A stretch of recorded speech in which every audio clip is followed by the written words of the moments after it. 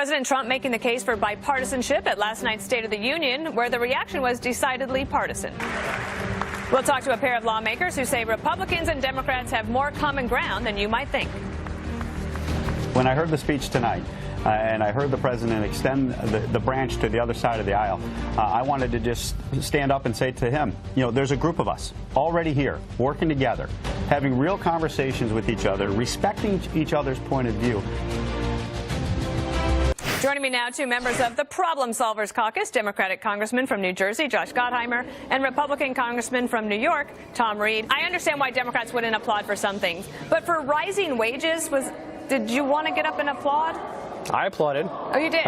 Yes, and I think rising wages are great, and so is creating jobs, and so is bipartisanship, and there were plenty of things that I thought were exactly on the right message, and I frankly think, you know, there are plenty of times that we're going to disagree, but there's plenty of times we can agree, and there's last night you saw moments where I think we should stand together as Americans and always put our country first.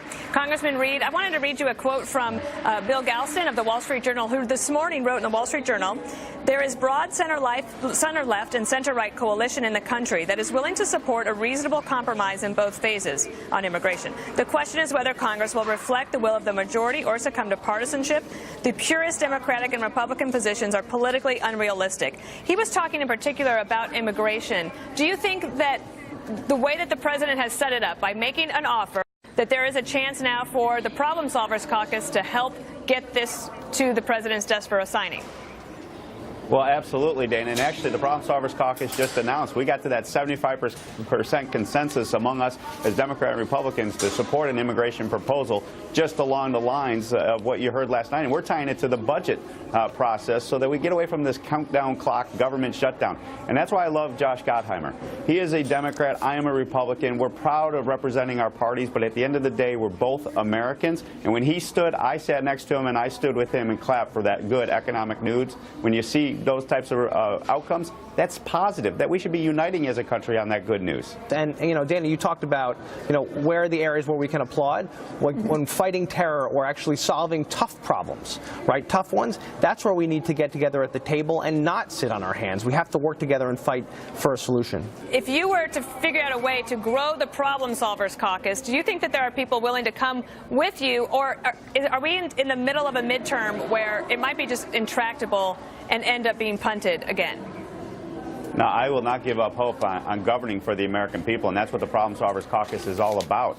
The extremists on both the left and the right that are trying to drive their parties to those edges on the peripheral of the party are not accomplishing anything for the American people back home. And you heard that in the speech last night. And what resonated with me, and one of the lines that was very critical, was when he talked about, we are strong because of the American people. And it's not D.C. elected officials that we should worry about. It's the American people we should put first. And that's why guys like Josh and myself and the other Problem Solvers Caucus get it. They want to get this done for America. It's time. These problems have to be solved, and that's drawing people in.